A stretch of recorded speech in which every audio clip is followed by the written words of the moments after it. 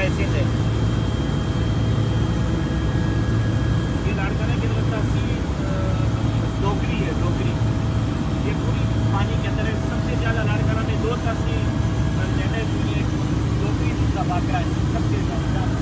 मौलाना फजलुर रहमान साहब आहिनि तव्हांजे लाइ आया आहिनि हिते सीट जी करे ओॾां तव्हांजे हाल पुछण जे लाइ, तव्हांजे हिन ॾुख में बराबरि शरीक थियण जे लाइ।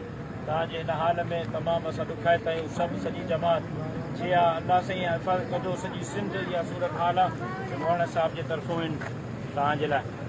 अम्मा अम्मा हे वठो अम्मा दुआ कजे अम्मा।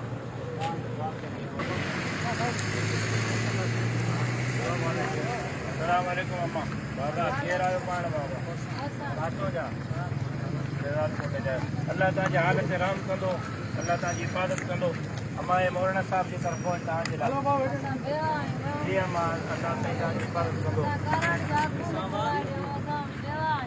जी अल्लाह अल्लाह तव्हांजी हिफ़ाज़त कंदो।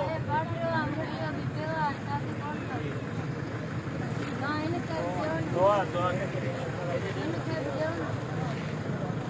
अचो बाबा हिते ई वियो, अचो त साईं मिलोसि। बाबा केरु आहियो बाबा? रातो जा आहियो बाबा? घणा ॾींहं थिया आहिनि हिते वेठे तव्हांखे? महीनो थी वियो आहे। घर बर सभु ॿुधा पिया आहिनि। शहदादकोट में कहिड़ी जॻह जा आहियो? अच्छा पाणी त लहणु शुरू थियो आहे हाणे? पाणी लहणु शुरू थियो आहे पर अञा वॾो पाणी बसि मौलाना फजलुर रहमान साहिब आया आहिनि तव्हांजे लाइ त तव्हांजे ॾुख में बराबरि जा शरीक थियण जे लाइ। सॼी सिंध ते सॼे मुल्क ते इम्तिहान आहे, सॼी क़ौम ते इम्तिहान आहे।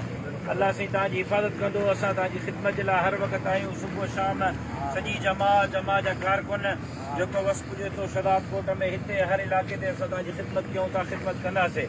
हे मौलाना साहिब जी तरफ़ों आहिनि तव्हांजे लाइ, मौलाना साहिब जी तरफ़ों आहिनि। अल्लाह तव्हांजी बाबा दुआ कजो। अल्लाह तव्हांजी हिफ़ाज़त कंदो।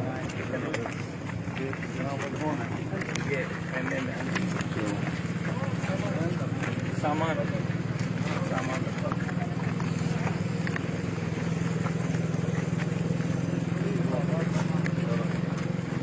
को कह रहे हैं कि जो बचा सकते थे वो बचाए।